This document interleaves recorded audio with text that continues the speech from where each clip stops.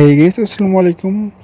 তো চ্যানেলে নতুন হতে গেলে চ্যানেলটাকে সাবস্ক্রাইব করে আমার পাশেই থাকো এরকম ফাইন অথবা কার্টুন ভিডিওগুলো দেখার জন্য।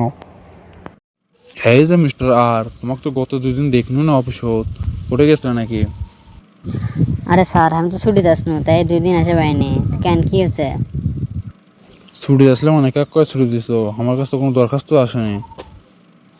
আরে স্যার কোনো দরখাস্ত লাগতো? এমনি মনে করেন যে এক জায়গায় গিয়েছিলাম, ওখান থেকে ওই যে আমার ফ্রেন্ড আছে ওরা বলছিলাম যে আপনারা বলতে, মনে হয় আপনার বলেনি, তাই না? না না, সেটা না, তুমি এমনি হুটহাট করে এখানে ওখানে যাবে আর আমার কাজগুলো ফেলে রাখবে, তাহলে তো হবে না। আমার এই কাজগুলো কে করবে? এগুলো না করলে কেমনি হবে? তোমার তো এটা বোঝা লাগবে, তাই না? আরে স্যার ওটা তো হঠাৎ করেই হয়ে গেছে, ওখানে যাওয়ার কোনো ইচ্ছে ছিল না, কিন্তু একটা মনে করি রুগীকে দেখতে গেছিলাম, তো গিয়ে আর আসতে পারিনি। তো কি করবো বলেন? অফিসিয়ালভাবে ছুটি নিতে গেলে তো এখানে আইসে দরখাস্ত জমা দিতে হবে, সেই সময়টুকুও তো আসলো না। আরে ভাই, অসুস্থ এইসব মানে অসুস্থ হয়েছে তো সেখানে আমি কি করবো বলো? আমার তো আগে থেকে বলতে হবে, তাই না? আমার যে 2 দিনের যে লসটা, এটা কি তুমি পূরণ করে দেবা? আমাকে যদি একদিন আগে বা কিছুক্ষণ আগে বা আমার যদি তুমি ডাইরেক্ট ফোন দিয়ে বলতে, তাহলে আমি অন্য একটা কর্মচারী নিয়োগ করে 2 দিনের কাজটা তো করে নিতে পারতাম, তাই না?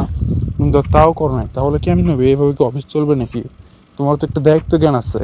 আর তোমাদের যে নতুন কয়েকজন আসছো না, তোমরা সবাই এরকম, কোনো দায়িত্ব জ্ঞান কিচ্ছু নাই।